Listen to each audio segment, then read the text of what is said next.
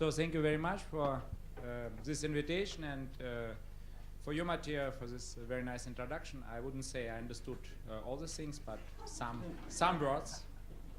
I will be much more familiar with the Italian language. Through the years, I try to make something for exhibitions in this wonderful country. That's also the beginning of my small speech.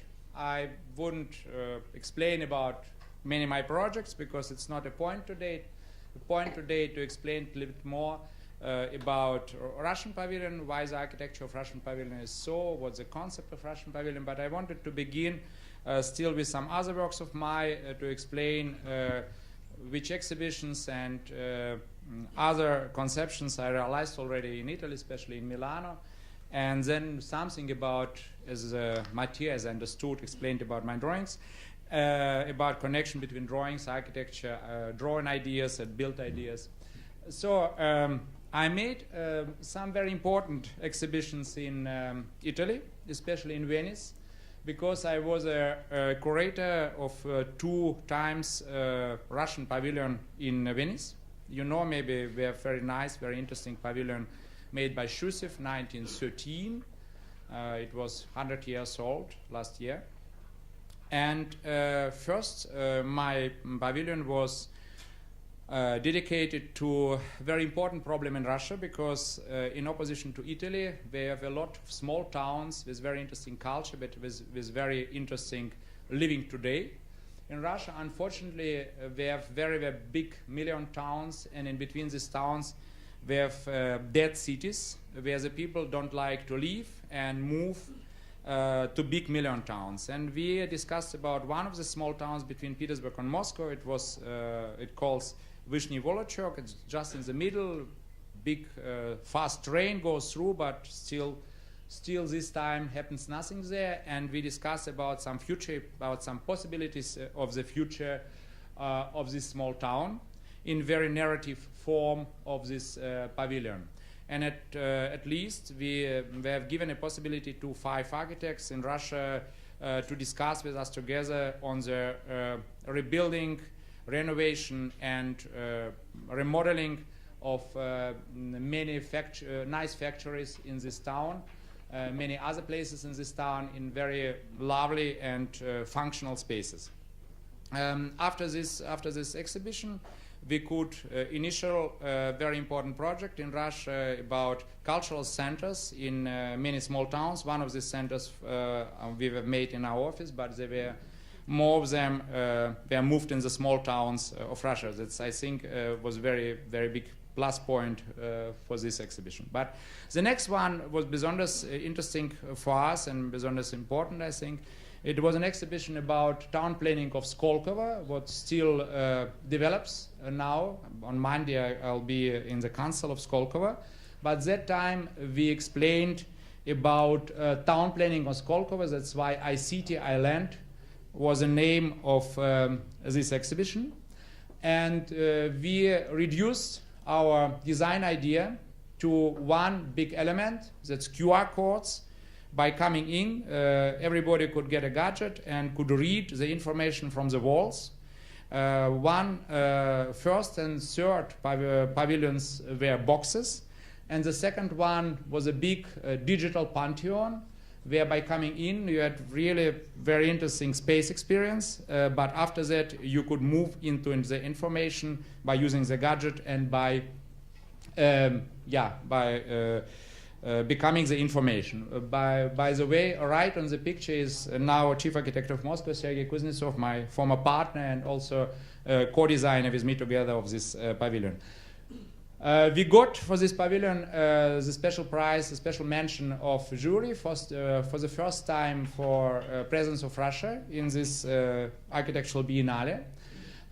Especially interesting was also underground floor, where we discussed about so-called gated towns. Gated towns, mini towns, were closed from the visitors because the scientists, closed scientists, made research about secret weapons in the towns in the former Soviet history. So far, US visitor of this part of Pavilion were coming in the dark space with a dark fence with some small gaps in this fence. If you come narrow to every gap, you could see through the small gaps the reality of these towns. Like everybody in that time where I was young, but I remember this time very, very good because you couldn't see anything from these towns. The people who lived in these towns were not allowed to come to abroad, to visit foreign countries, were completely forbidden for all life to travel because they were busy on these secret scientist responses of our former Soviet Union. So, and we got, as I talked already, a special mention of that.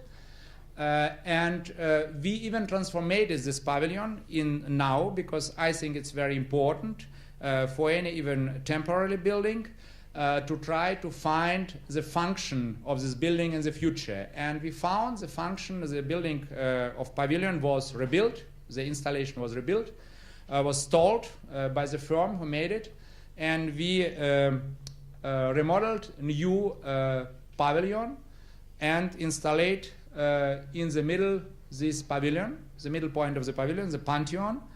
And in this Pantheon now you can find information about the results of competition and developing of the ideas of competition for very important new area in the downtown of Moscow, Park Zaryadye, what was an international competition the year before last. And Dillon Scofidio, very important architects from New York, won this competition, and now it will be developed between American and Russian architects to be built as a central park in the front of Kremlin and Red Square. So far we have like a second life of this pavilion, what I think is very important. So the next capture of my presence here in Milano was the participants in Interni exhibitions, what I think is great idea of personally Gilles de Boiardi on Interni. We began with an invitation, thanks to Matteo Vercelloni, of course, who provide us to these participants. First of them was the Eye of Architect. It was a performance by Legacy exhibition of Interni 2012. And then we made some more. 2013 we made together with Marco Bravura, Italian mosaic artist, this installation Golden River for hybrid métissage exhibition of Interni. But the most important for us was exhibiting last year, where we made this performance with uCloud, what was chosen as one of 10 best elements of Salone di Mobili last year. That's why we had a luck to be invited also this year for the first time. I show you now the new composition, but it's still points of the old one by day and night. What I think was quite interesting in the connection also with the surrounding of the courtyard, with this old Renaissance building. What was really amazing chance for us. And on the same place this year, I invite you all to the opening, 13th of April in the evening. We make an installation, Living Line, because with the theme is the same as for Expo, Feeding the Planet, Energy for Life. So we make like a staying, but in fact moving line of this mirroring installation, what has very interesting and very different views from day and night. And now I come a little bit to what I draw and what I build, maybe to understand a little bit better what the idea of Pavilion is. When I say handwriting, I speak about my drawings, because I draw a lot from the beginning of my career, from my student time, and you are a lot of students here. And I think it's not a worst way to learn something from architecture to draw. Of course, we know times where the students are drawing less or drawing more. Okay, I don't say if you don't draw, you cannot be architect. Of course not. There are a lot of very, very important architects who cannot draw, and they are still very, very interesting and very important. But I think it's one way to understand the nature of architecture, to understand the spaces, to understand their details, to understand how the oldness of the building could be good or bad. And of course, the connection to Italy is here very, very important. Some of my drawings were awarded by important competitions. Most of them are in America. This one got the winner last year by Ken Roberts competition, the most important competition for architectural drawings over the world.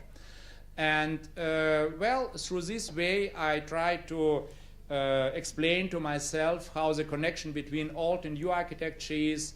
What are the main important points of new architecture? For example, I've been beginning of 2012 in Brasilia, and even was so glad to meet Oscar Niemeyer by live and to speak with him. And it's also a very important point to connect with drawings and with speaking how the architecture of such a big masters became their life. And that's also free compositions with a connecting old and new. Of course, a lot from my town, St. Petersburg, where I was born. And this picture, of course, was also awarded last year by some competition. It is very important for me to see how the small details become to be older. How the windows and small elements, till heatings apparatus, how they are involving in the very profound landscape of interior. And that is an architecture in fact. Architecture in fact, there are door levers, there are small elements, there are tubes, there are plaster on the wall or brick with plaster, broken plaster on the wall. That is in fact architecture, what we are speaking about. And of course I use a lot my drawings to explain projects, to explain forms. This drawing, for example, was very important to me to explain how the old icon forms are transforming in the contemporary icon forms. And of course, from drawing, I go very close to the building. And for example, this one, going to one of my first buildings in Berlin, the art gallery. And for example, this drawing was explained a very controversial dialogue between old and new. Of course, it's fantasy, hopefully never be built, but it's still what we make in many countries and many towns. And of course, it can be possible for many situations where you connect old and new on very controversial way. Like in this town planning project, I won for some years and realized one of the buildings already now. It is a new hotel, an age, what is one of significant buildings, as I hope today. In any case, the ships with the tourists are going to this building and then returning back. So far it's recognizable as a part of new East Harbor transformation between left side to old factory buildings and just left the Oberbaum Bridge, where the middle part was demolished in the DDR times and rebuilt by Santiago Calatrava, but is also a very important part.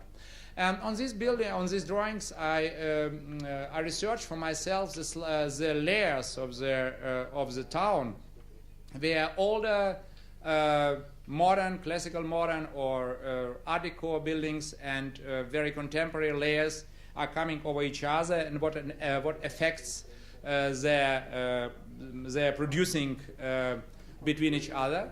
Like here, and you will see it in the architecture of the pavilion, that this line is coming longer, and you see here how the contemporary forms and old forms are connecting very controversial together. Like this sample in the very old part of Berlin. In the east part of Berlin, by one of the oldest courtiers, we made a reconstruction. It was many awarded in some architectural building competitions in Germany.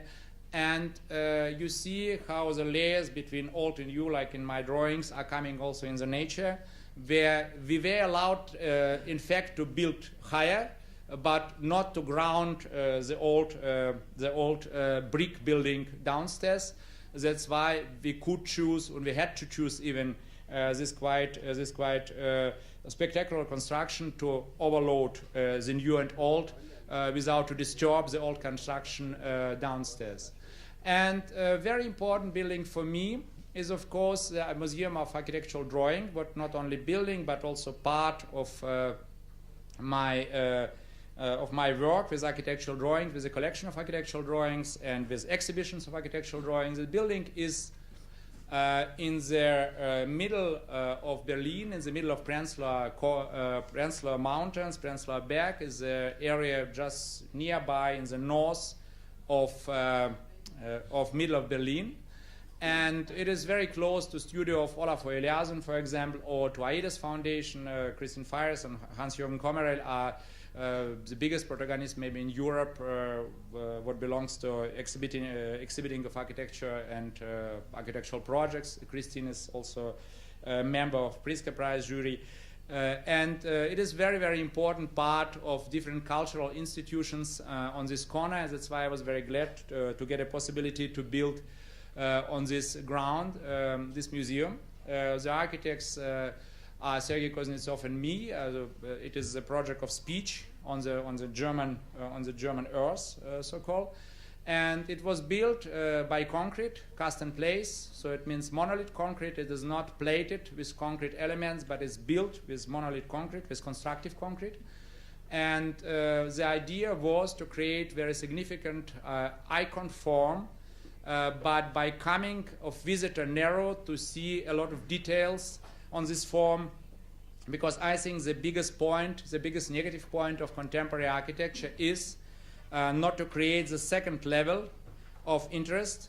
So you see the silhouette of the building. The silhouette could be very creative, very significant. But by coming narrow, you don't see any details. And by going through today through the town, we have seen a lot of buildings from 30s, from Paolo Portaluppi, for example, and from his colleagues. And you see how even in 30s of last century, in many cultures, also in Italian culture, the architects could work with the smallest details, with material, with connectings of different materials. And I think we lose a lot from them. And well, I also try maybe to find back in this direction.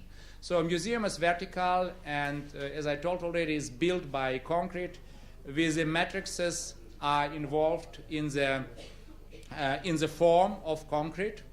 And it is also a very energetic, useful building, because we use 20% less energy as we should use for museums in Germany, and museums energetic laws in Germany are quite strong.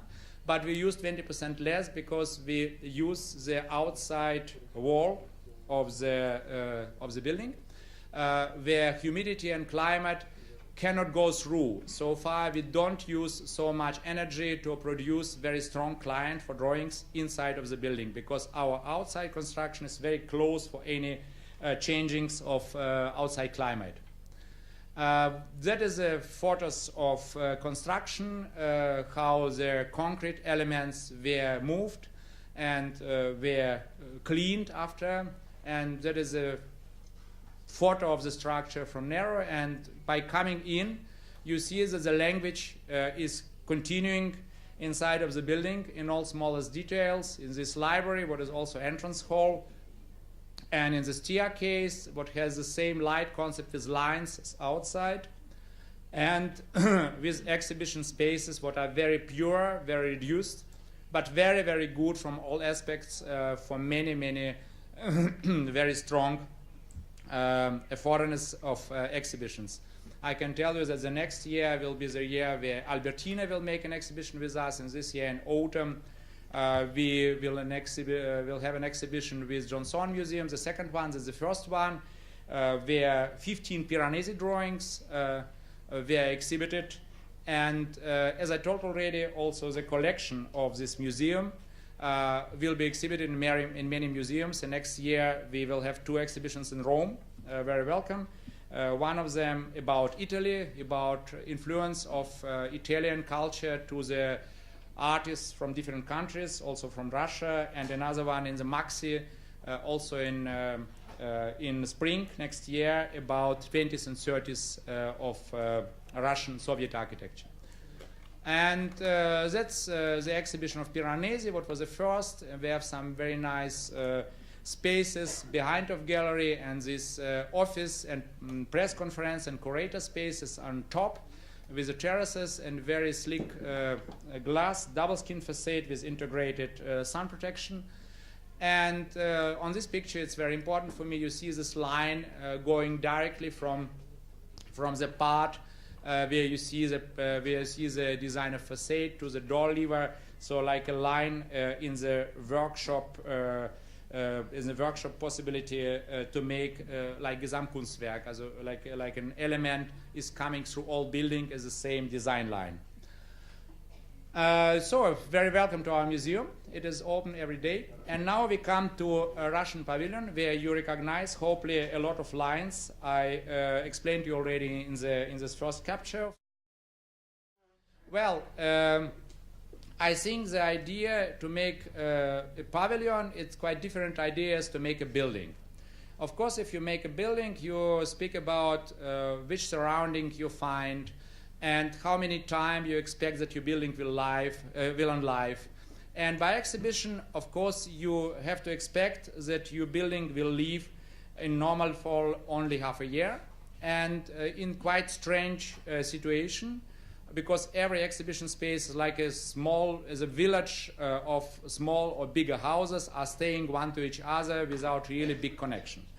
I must say that the town planning of Milano Expo is quite interesting in this case, because the buildings are staying very close to each other. It is another point as it was in Shanghai, where you could see every building like a signature building, like an icon, big, like a sculpture. No, here you have the buildings and the gaps between are very small. So far, if you would create this building like a sculpture where you can come around, it is not a right way from my point of view, because you spend money for nothing, because you cannot arrive along, because the space between pavilions is very small, and you cannot go so far away to see this pavilion like a sculpture. So far, you should work with this pavilion like with a house in European town, where the streets are also quite narrow. And on the other side, you have of course very important point from Decumano, from the main street, where you come to the entrance, and the form of the site is like a L letter. So this small but long part, like a towel, you go along. That's very important point what you see from long away. And that is the first point what we could and had to recognize by the beginning of the work.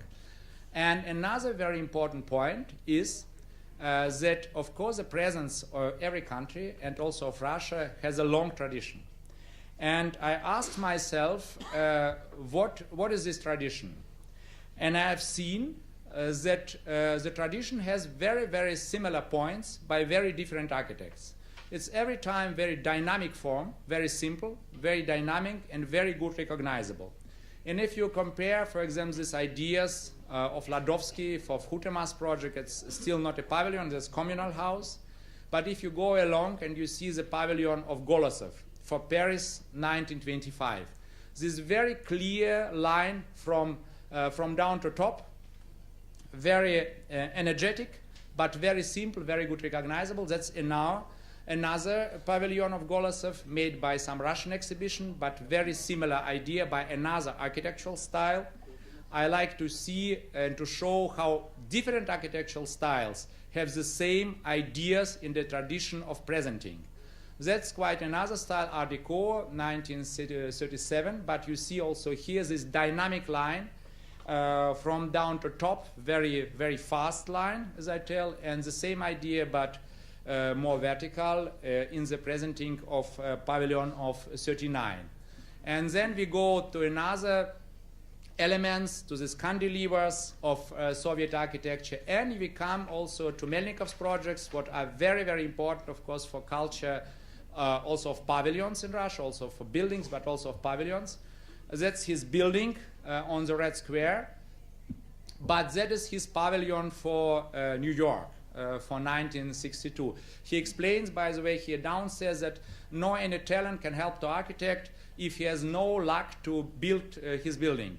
So I mean, for the architects, for students, also for you, it's very important to know that not only talent is important for architect, but also the chance to be given to him to build this building. And Melnikov unfortunately couldn't build this building because Russia cancelled the presence on this exhibition 1962. It was built like a project out, but it comes another building, 67, with also a similar idea.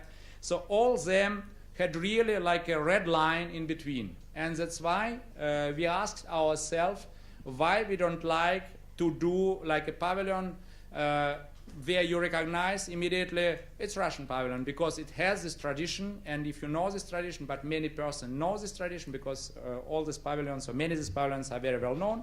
So you can recognize like a collective thinking between different architects of different styles, of different times, and that is in fact also his tradition. But on the other side, of course, we have to think about that their theme of this year is feeding the planet new ideas for the world. It means feeding, it means food, it means that if somebody has food, some other people haven't, and that is a problem. And of course there is also a moral aspect of this exhibiting. You shouldn't be with your pavilion so extensive, so expansive, too spectacular, making the monument to yourself an architect, what we as architects like to do a lot of times. So far it is also the way to reduce your possibilities to the very important part, to some lines, to some elements, but not to make some baroque presence of something what speaks about a really important problem, a really big problem for our planet. So far, I recognize that the same ideas of simplicity but clarity of architecture was in the Russian wooden architecture. What was really every time very simple, very clear, and very, very tasteful in the form. And if you see these different buildings from a Russian wooden architecture made by 20s, by constructivists, or in the former times, you see all these small details with a cantilever of wooden towel. It calls towel in the architecture. So you see how the wooden architecture is very simple methods became very interesting forms. And we tried to make this with our presence, to say there is a one important point by the entrance from the Cumanos to the pavilion. We make big cantilever, 30 meters long. And this cantilever, in the mirroring of this cantilever with stainless steel, you can have your mirror by hoping big lines to our pavilion. As to everyone in this Expo, I wish a lot of success to this Expo, of course. They will see their mirroring. They can make selfies. They can speak not only with each other, but also with the architecture. And I think it will be quite interesting. The body of the pavilion will be quite simple, with a wooden construction of louvers. It is glass, steel, and wooden louvers, like vertical elements of Russian houses. And in this one element coming over and going high, we see the continuity of tradition of Russian presence in their international exhibitions of all over the century. You come into the pavilion in the glass transparency element. You go along in the restaurant, or you can come upstairs and go through the second floor, and then to come out and to see the roof, and to leave through the pavilion also outside, and even to come to highest point of the pavilion and to see from upstairs all town planning ideas, because from upstairs you can see really the relationship between different pavilions, different sites on this Expo site, like you see it here. And well, from upstairs it is quite a clear form with a ramp going high to the main point on the entrance. And well, you see it also by night, quite interesting, and I hope also by the lighting of all pavilion in the evening it will be quite expressive form.